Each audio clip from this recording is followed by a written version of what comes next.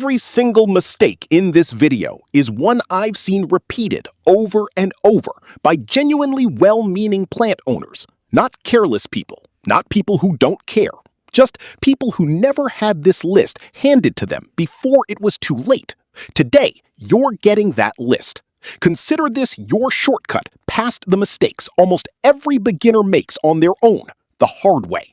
A coworker once proudly showed off her new plant setup. A gorgeous ceramic pot, no drainage hole, sitting directly on a sunny windowsill, watered generously every couple of days because sunny spots need more water, right? Within 3 weeks, the plant had collapsed into a mushy, foul-smelling mess. She was stunned because by her own logic, she'd done everything a caring plant owner should do. The truth was, she'd unknowingly stacked 3 separate mistakes on top of each other. No drainage, overwatering, and a watering assumption that wasn't actually tied to the light category we discussed back in Lesson 6. None of these mistakes are unusual. In fact, they're some of the most common on this entire list, which is exactly why we're covering them today, all in one place, before they combine and take down a plant that never had a fighting chance. Chapter 1. The Drainage Mistake. This might be the single most damaging, most common causes beginners make, and it's almost entirely invisible until it's too late. A pot without a drainage hole traps every drop of water at the bottom indefinitely, with nowhere for excess moisture to go. Even if you're watering carefully and checking the soil like we taught back in Lesson 5, a pot with no drainage means water pools at the bottom regardless, slowly suffocating and rotting the roots sitting in it. The fix is simple and non-negotiable. Always use pots with drainage holes, or keep the plant in its original nursery pot with drainage and place that inside a decorative pot without one, making sure to pour out any water that collects in the bottom of the decorative pot after watering. This single change eliminates one of the most common causes of mystery plant death almost entirely. Chapter 2. The Well-Meaning Overwatering Mistake. We've dedicated an entire lesson to proper watering already, but it's worth restating here because this mistake is so pervasive it deserves a spot on every beginner mistake list ever made. Watering out of love, out of worry, or out of a belief that more water equals more care is one of the fastest ways to kill an otherwise healthy plant. Roots need oxygen just as much as they need water, and constantly soggy soil suffocates them just as surely as drought would, just less dramatically and more slowly.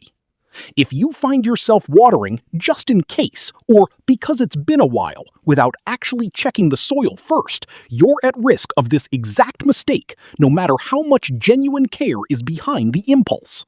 Chapter 3. The Wrong Plant, Wrong Spot Mistake. We covered this in depth back in Lesson 3, but it's worth restating in list form here. Placing a plant that needs bright, indirect light in a genuinely dim corner, or vice versa, sets that plant up to struggle regardless of how well you handle everything else. This mistake often happens not from ignorance, but from prioritizing how a spot looks over what the plant actually needs. A plant simply looks better in a certain corner of a room, so that's where it goes, light requirements aside. The fix, again, ties directly back to the hand shadow test from Lesson 6. Actually test the spot before committing a plant to it long term, rather than assuming based on how bright the room feels to your eyes. Chapter 4. The Fertilizer Over-Enthusiasm Mistake. This is a mistake we'll cover in far more depth in the dedicated fertilizing pillar later in this series, but it deserves a mention here because it's so common among eager beginners. More fertilizer does not equal more growth. In fact, applying too much, too often, or at full strength when a diluted strength was intended can chemically burn roots, causing brown, crispy leaf edges that closely mimic the humidity issues we discussed back in Lesson 7. Fertilizer should generally be treated as a supplement to an already healthy watering and light routine, not a fix for a plant that's struggling due to some other underlying issue. Reaching for fertilizer as a first response to a sick-looking plant before checking light, water, and pests often makes an existing problem measurably worse rather than better. Chapter 5. The Repotting Too Soon and Too Big Mistake. Many beginners assume a brand new plant needs to be repotted immediately into a much larger, more decorative pot right after bringing it home. In reality, most plants benefit from a period of adjustment in their original nursery pot first, and jumping straight into a significantly larger pot can actually cause more harm than good. Oversized pots hold far more soil than the plant's current root system can use, and that excess soil retains moisture for far longer, once again setting the stage for the same root rot risk we've discussed throughout nearly every lesson in this pillar. We'll cover the full repotting process, including exactly when and how to size up correctly, in a dedicated upcoming pillar. But for now, the beginner-safe approach is simple. Let a new plant settle in for a few weeks before considering a repot. And when you do repot, choose a pot only modestly larger than the current one, not a dramatic jump in size. None of these 5 mistakes come from a lack of care.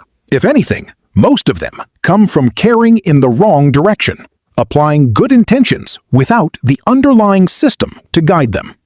No drainage, watering out of worry instead of observation, placing a plant by looks rather than light, over-fertilizing as a first response, and repotting too soon into too large a pot. Individually, any one of these is survivable for most plants. Stacked together, as we saw in today's opening story, they can take down even a genuinely healthy plant within weeks.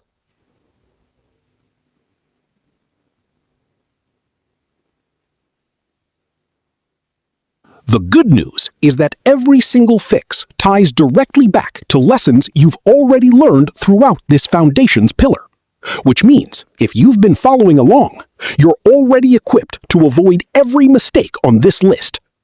This complete mistake checklist, ready to reference before your next plant purchase or care decision, is included inside the free companion guide, The Confident Plant Parent, tying directly into Chapter 9. Grab it using the link in the description if you haven't already.